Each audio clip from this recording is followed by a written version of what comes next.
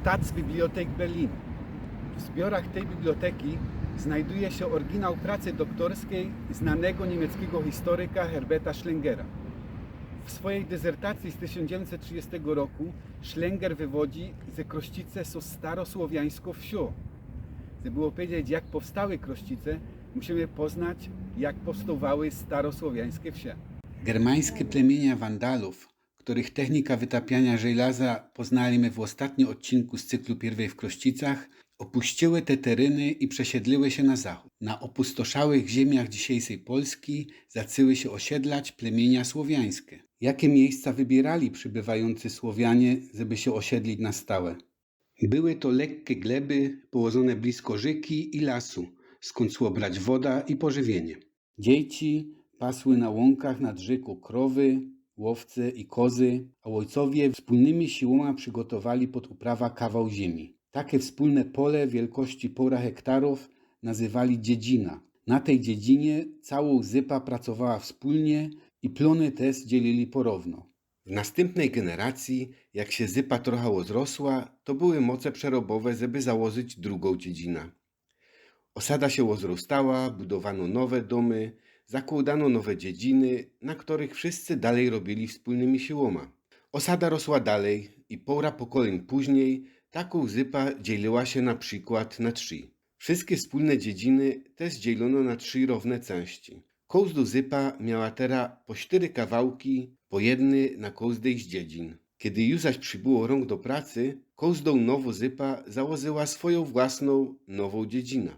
0,5 generacji później pierwszą z tych 3 zypów też zaczęła się dzielić. Podzieliła ta nową ich własną dziedzinę, ale też ino leżące do nich kawałki pierwszych dziedzin. Tak samo stało się z drugą i trzecią zypą, które też dzieliły ich nowe dziedziny, ale też i ich kawałki starych dziedzin. I tak szło dalej.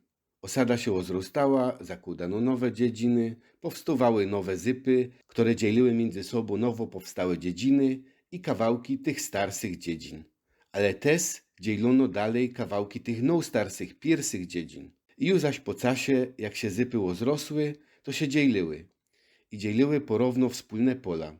I 0,5 generacji później zaś to samo, że każda zypa miała 0,5 długich, wąskich parceli. Mniej więcej tak wyglądał typowo starosłowiański podział pól, o który pisał Schlenger. A tak wyglądał podział krościckich pól uprawnych między Hauptstrassą a Łodrą. Ta mapa z 1826 roku Schlenger note w archiwum we Wrocławiu, w aktach dotyczących krościckiego procesu komasacji gruntów. Wszystko to, co Schlenger note w tych aktach, pospisywał i pogrupował w tabelę, przeanalizował i doszedł do wniosku, że Krościce do roku 1826 przykładowo obrazowały starosłowiańską wieś. Po opublikowaniu pracy Schlengera o zamierzchłych początkach Krościc pisano w gazetach.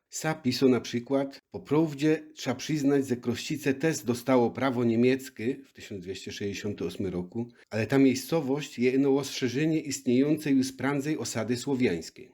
Trzeba wiedzieć, że okres międzywojenny XX wieku to czas walki o Śląsk, czas powstań śląskich, plebiscytu i nieustannej konfrontacji historyków polskich i niemieckich o to, czy te ziemie są rdzennie polskie albo germańskie. Mimo tego późniejszy członek NSDAP Herbert Schlenger głosił, że Krościce mają korzenie słowiańskie i powstały setki lat prędzej, zanim przeszły w 1268 roku na prawo niemieckie. Trzeba było mieć bardzo dobre argumenty, żeby w latach 30. XX wieku głosić takie niepopularne wśród niemieckich nacjonalistów tezy. Herbert Schlenger nie jest jedyny historykiem niemiecki okresu międzywojennego, który zaliczał Krościce do najstarszych słowiańskich wsi.